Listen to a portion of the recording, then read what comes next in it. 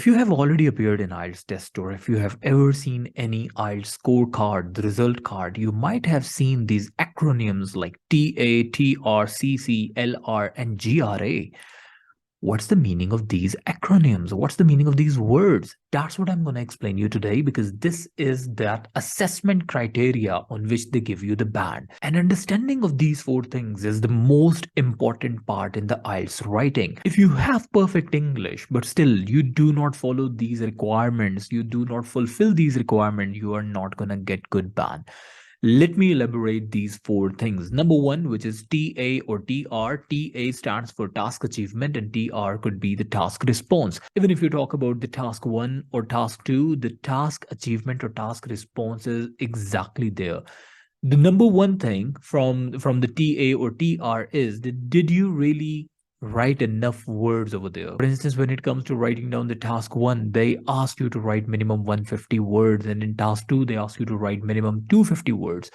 Did you meet the word limit? Did you write enough words to meet the requirement to follow the instructions? And just as you know, I always say that in writing task one, do not write less than 150 words and not more than 180 words. And even in the worst case, don't extend it to more than 200 words. You will be wasting your time and energy that you can spend on the task two. And when it comes to the task two, do not write less than 250 words at any cost and do not write more than 300 words, whatever happens. So 150 to 180 or 200 is the extended form.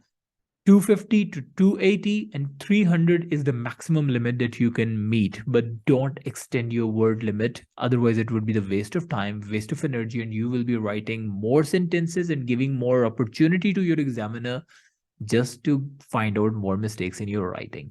Number two thing from the TA or TR thing is that do you really stick to the topic? Of course, you have to write down one main idea. There would be explanation. You have to give evidences by sharing examples, experiences. You have to explain it. You have to elaborate it.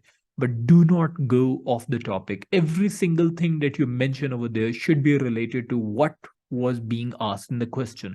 If there is anything for which your examiner realizes that you are trying to drag your writing, you are trying to provide a learned answer, you are just beating around the bushes and you're saying something which was not even being asked in the question, you are not going to get good band for that. Last but not the least, from the TA or TR requirement is that did you cover all the parts of the question? There are different parts of the question. There could be different perspectives of the question. You have to answer every single thing which was being asked in the question. Specifically in the task one, if you have seen the video that how to answer the task one, you will realize that I did mention over there, you have to talk about differences, the major changes. If something was static, there was no change, then you have to mention it. Just like in 2005, 6, and 7, there was no change in the production of rice. Do mention every single thing. Do cover all the parts of the question. That's the number one thing. And number two is your coherence and cohesion. And coherence and cohesion refers that is your essay really organized well? Did you give a proper IELTS writing pattern to your essay or not? What's the IELTS writing pattern? As you know that you have to divide your essay, you have to divide your task one into the different paragraphs. The paragraph would be introduction should be there, the body paragraph should be there, the conclusive paragraph should be there. This is what you have to do. Follow the pattern. Did you follow the pattern or not? Number two, did you really connect sentences and paragraph with the logical links, with the logical senses?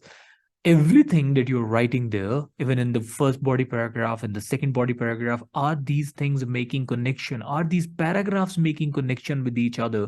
These sentences, these words that you're joining together, are these really words really creating connection with each other? And the whole essay presents one single theme or not? And when it comes to writing and joining words and creating connection, are you really using the reference links? For instance, are you just using noun or you start using pronouns as well? What's the difference between noun and pronoun? Noun is the name of a thing. You can't repeatedly use the same name again and again. You have to move on toward the pronoun. Pro means after. The words that we use after noun, you have to, just like they, it, he, she, you can't name the same person again and again. The repetition of word, even from noun's perspective, is not allowed. And repetition from the vocabulary point of view for the verbs, Of course, not allowed. And number three thing is also connected to the vocabulary, which is LR, and LR stands for lexical resource. And lexical resource refer to the use of vocabulary that you have applied over there in your writing. Number one thing, did you use the appropriate word in a sentence or not? Sometimes we use the word for which the word is easy, the word is simple, intermediate, or advanced, whatever the level of the word is, but that word is not appropriate for one sentence. If you remember, I have made one video which is related to the vocabulary where I was talking about the wide range of vocabulary, that there could be so many words that even used to represent one word. Just like in that activity, I gave you 20 words to replace change. Just like, how can we replace the word change? Promotion, devotion, fade, renovate. These words were representing change. Even one word has 20 different synonyms that you can only use in different sentences and different situations. You cannot use the one word which can be used in one situation, cannot be used in another one. You have to find out the appropriate word for your writing. Specifically in your academic writing, you have to use the academic words there. In general writing, yes, they are not very strict that you should be using formal academic words there. Still, appropriate words are required to use in your writing. Number two, do you really paraphrase your vocabulary words? Paraphrase your words, paraphrase your sentences by using different structure and different vocabulary words. If you have said one word, try not to say that same word again and again. For instance, if work is there, do not use the word work again. The word could be occupation, profession, day job. It could be any word, but not the work once again. That's how you have to avoid the repetition by showing the wide range of vocabulary. And one thing, which is like from the speaking perspective, there comes the pronunciation. From the writing perspective, there comes the spelling. You should be using correct, accurate spellings for every single words out there. You know that there are confusing words, confusing spellings, which have the irregular sense for writing down the spelling. You have to practice those spellings well.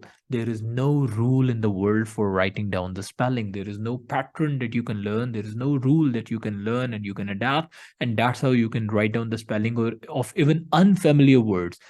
Get familiar with the more new words on daily basis by reading out more vocabulary words, by writing new things. Find out the word that you're usually writing with the wrong spelling, or for the words for which you are confused about the correct spelling.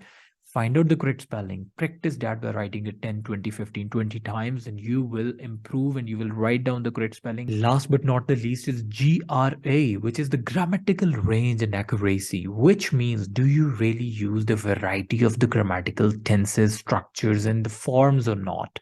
It's not like you are just writing down one simple thing, anything, you're explaining anything, or you write down the whole essay or whole task one by using one or two tenses only, maybe present indefinite and continuous only.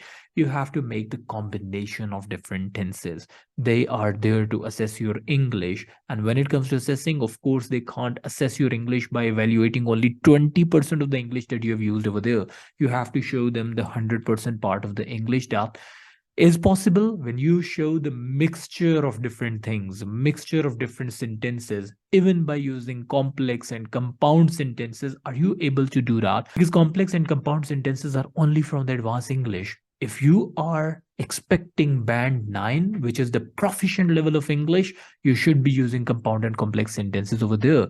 And last but not the least part from the GRA is that are you really avoiding the common grammatical mistakes?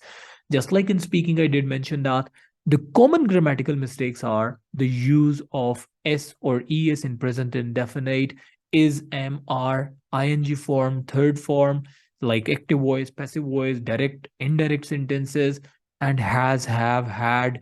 If you're using the past story, don't try to use the present tenses over there. If you're talking about future, don't use the present or the past related tenses. That's what you need to follow and avoid the basic grammatical mistakes over there. Well, I hope you will fulfill all these requirements in your writing task and you will get really good band in your test. Thank you so very much for watching this video. I hope you find this video helpful. Take care, stay blessed. Bye bye. Allah Hafiz.